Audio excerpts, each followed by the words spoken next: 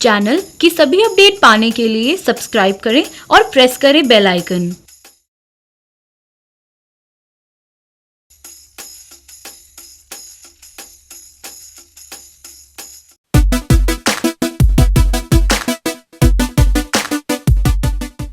Welcome to the another episode of Bazaar Bites with Sunil Miklani. So viewers, आपके बहुत सारे हमारे पास questions आए लास्ट फ्यू वीक्स में, जब से हमने ये चैनल स्टार्ट किया है अराउंड 4 months बैक। और जैसा कि हमें समझ में आता है कि retail trader they are relying both on fundamental trading and on technical trading to do their basic investing. तो वो दोनों का हाइब्रिड अप्रोच लगा के यूज़ करता है। तो इसके अंदर जैसे बहुत बार जैसे जो एनालिस्ट आते हैं या टेक्निकल एनालिसिस में शायद ये बड़ा आसान होता है कि सेल टारगेट क्या हो और इसका बाय टारगेट क्या हो, क्योंकि आप उसके वो रेशोज और उसके परसेंटेज के ऊपर वो डिटरमाइन कर सकते हो। बट ये क्वेश्चन थोड़ा सा कॉम्प्लेक्स हो जाता है अगर कोई रिटेल इन्वेस्टर लंबी अवधि के लिए इन्वेस्ट कर रहा है और वो ये जानना चाहता है कि उसने फंडामेंटल व्यू लिया है। जैसे आपने अपने पिछले एपिसोड में भी बताया था difference between a fundamental analysis और अ टेक्निकल एनालिसिस। तो इसके अंदर एक क्वेश्चन हमारा मतलब आता है कि in a long term investing what should be the safe stop loss जो एक आदमी लगा सकता है और इससे मुनाफा बना सकता है। तो इसको थोड़ा सा आप और हमारे लिए एनर्जाइज कीजिए इस अंडरस्टैंडिंग को। देखिए, टेक्निकल ट्रेडिंग के अंदर जब भी हम ट्रेड करते हैं, हम चार्ट रीड करते हैं, तो हमारे पास में स्टॉप लॉस का एक एरिया बिल्कुल साफ होता है कि हम यहाँ पे ले रहे हैं और इस एरिया पे हमको निकलना है। लॉन्ग टर्म इन्वेस्टमेंट करने वाले के सामने सबसे बड़ी दिक्कत ये आती है कि उसको ये समझ में नहीं आता कि मेरे को कहीं निकलना भी है कि नहीं निकलना, क्योंकि सुनता है वो जैसे या पूछता है जिनसे, वो एक ही बात कहते हैं उसे कि इस पे लेके सो जाइए। करेक्ट, लेके डाल दो, इसे लेके सो जाओ इसके ऊपर। करेक्ट। तो उसको ये समझ नहीं आता कि स्टॉप लॉस वाला जो थ्योरी है एक्चुअली टेक्निकल के अलावा जो लॉन्ग टर्म इन्वेस्टमेंट है उस पर लगानी चाहिए कि नहीं लगानी चाहिए, और होनी चाहिए तो कैसे अप्लाई होगी, तो मैं क्या करूं। उसके सामने सबसे पहले क्वेश्चन तो एक्चुअली ये होता है सुमित जी कि स्टॉप लॉस लगाना भी चाहिए कि नहीं लगाना चाहिए। Correct. अब एक स्टॉक लिया है कोई अच्छा, उस पर स्टॉप लॉस लगाऊं कि ना लगाऊं। देखिए, यहां पर आपको सबसे पहले ये समझना होगा कि आपने जो स्टॉक लिया है वो किस टाइप का स्टॉक है। टाइप का मतलब एक स्टॉक ऐसा है जिसका जो पिछले 30 सालों से 40 सालों से जब हिंदुस्तान की मार्केट शुरू हुई थी तब से चल रहा है और आने वाले 50 सालों तक चलता ही रहेगा। अगर वो ऐसा स्टॉक है, रेयरेस्ट ऑफ रेयर कैटेगरी का स्टॉक है, तो उसके अंदर आपको स्टॉप लॉस की फिक्र किए बगैर आपको सिर्फ ये सोचना है कि मैं सही जगह पे उसे कैसे एक्यूमुलेट कर लूं। लेकिन कोई ऐसी इंडस्ट्री है, कोई इस तरह के स्टॉक्स हैं जिनके अंदर चेंज होते रहते हैं, जैसे टेक्नोलॉजी है। टेक्नोलॉजी के अंदर कई कंपनियां आज से 20 साल पहले थी, आज है ही नहीं। कोई इंफ्रास्ट्रक्चर की कंपनी है, वो खत्म हो गई।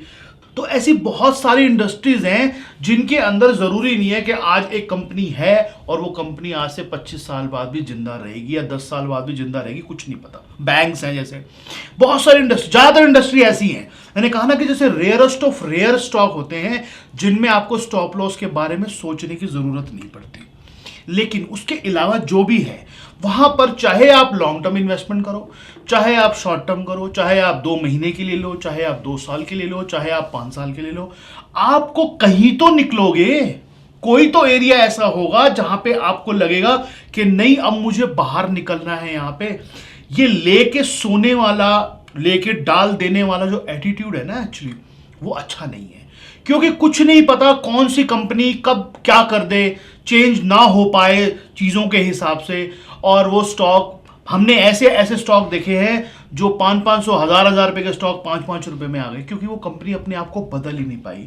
मैंने अपने पिछले एपिसोड्स में भी कई बार कहा है कि नोकिया भी ब्लू चिप कंपनी थी, कोडैक भी ब्लू चिप कंपनी थी, ब्लैकबेरी भी ब्लू चिप कंपनी थी।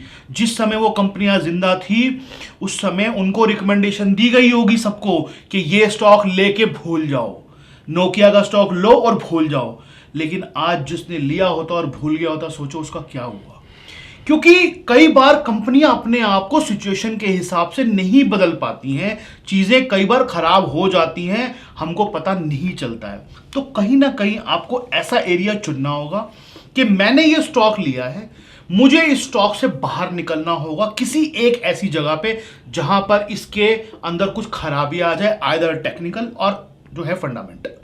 वो खराबी का जैसे ही आपको पता चलता है आप वहां से बाहर निकलो। ये तो हुआ पहला जो उसका उपाय। दूसरा उपाय ये है इसका कि आप जब भी वो स्टॉक लो, आप लो तो पूरी एनालिसिस करके अपनी फंडामेंटल के हिसाब से जो आपने देखना है वो देखो, लेकिन उसको कहीं ना कहीं उसके प्राइस मूवमेंट को भी जरूर नोट करो थोड़ा बहुत। ये मेरी सबको सलाह है, चाहे रिटेल इन्वेस्टर हो चाहे कोई भी हो। प्राइस मूवमेंट को देखो, चार्ट को आपको देखना आए या ना आए, लेकिन कहीं ना कहीं प्राइस मूवमेंट को देखना जरूरी है। और प्राइस मूवमेंट को देखने का मतलब ये है कि उसकी कुछ बेसिक जो टूल्स होते हैं, एवरेजेस हैं या 52 week low 52 week high type की कुछ चीज़ें हैं कि वो स्टॉक किस ढंग से काम कर रहा है। अगर आपने ऐसा स्टॉक लिया है जो कि अपने अच्छे खासे ट्रेंड में था और आप 6 महीने बाद नोट करते हैं कि वो 52 वीक लो बना रहा है या साल के लो पे आ गया, तो कम से कम जाके देखो तो सही उसको प्राइस बिहेवियर कि क्यों आया है ये स्टॉक, ऐसा क्यों कर रहा है ये बिहेवियर, आपको देखना बहुत ज़रूरी है।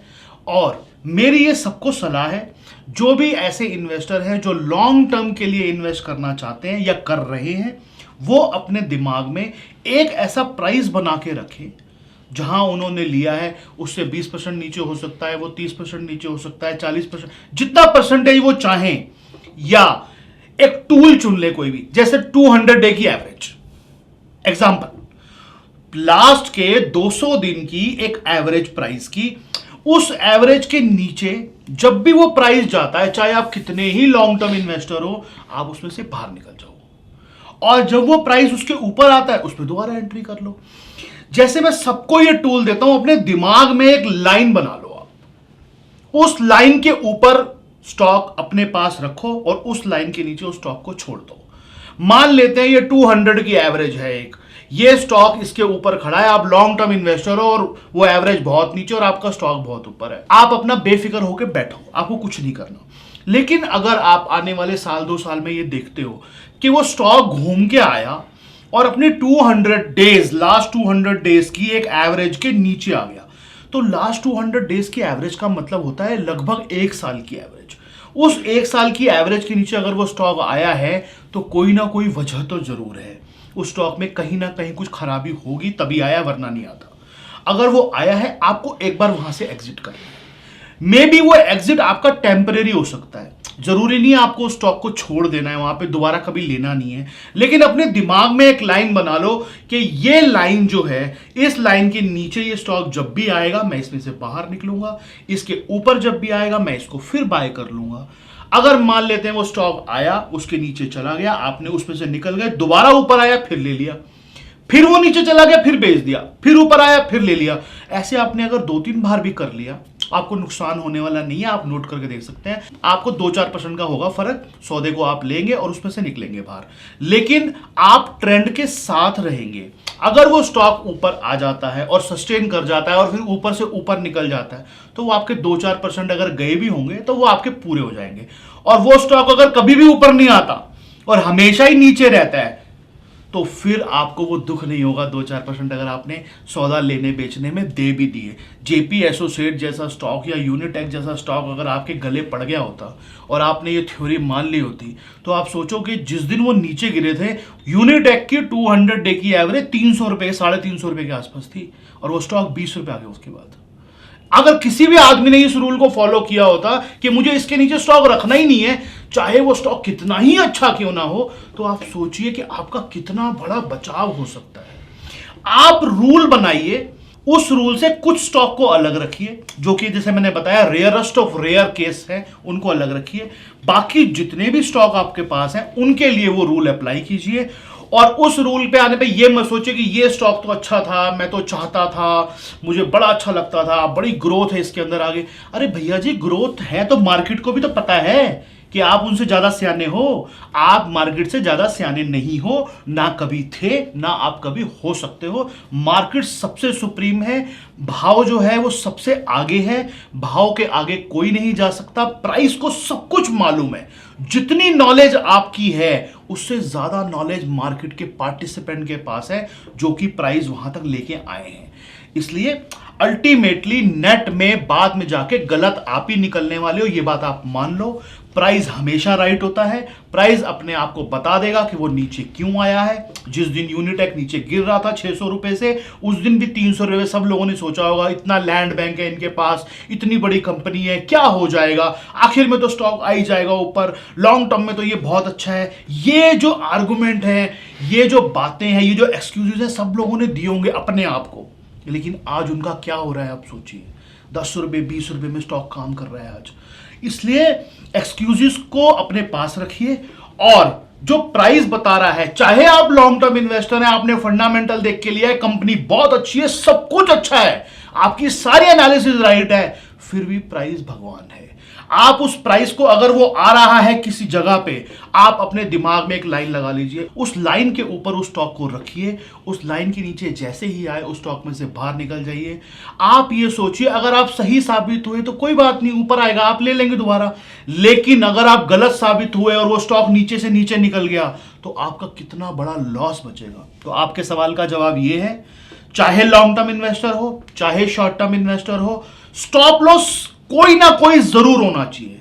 5% का हो या 50% का हो, स्टॉप लॉस का मतलब है कोई ऐसा एरिया जहां पे मेरा सोच बदल जाएगी स्टॉक को लेकर, वो जरूर रखना है आपको, और वहां पर आपको एक बार स्टॉक से बाहर निकलना है। बाद में चाहे आपको 2, 4, 5% ऊपर में दोबारा एंट्री करनी पड़े, लेकिन एक बार बाहर निकल जाओ वहां से। तो बहुत ही अच्छा आप डिटेल्ड एक्सप्लेनेशन दिया सुनील जी आपने इस क्वेश्चन का। इसके ऊपर एक दो चीज़ें और आपको ध्यान रखनी होंगी कि ये कोई भी ट्रेड अगर आपने फंडामेंटल व्यूज के हिसाब से अगर लिया है तो कभी भी उसमें ये वाली सोच मत लगाइए कि this trade is for ever, कि ये हमेशा के लिए ट्रेड है। आपको, अगर आप मार्केट में इन्वेस्टेड हैं तो आपको मार्केट को वॉच करना ही पड़ेगा।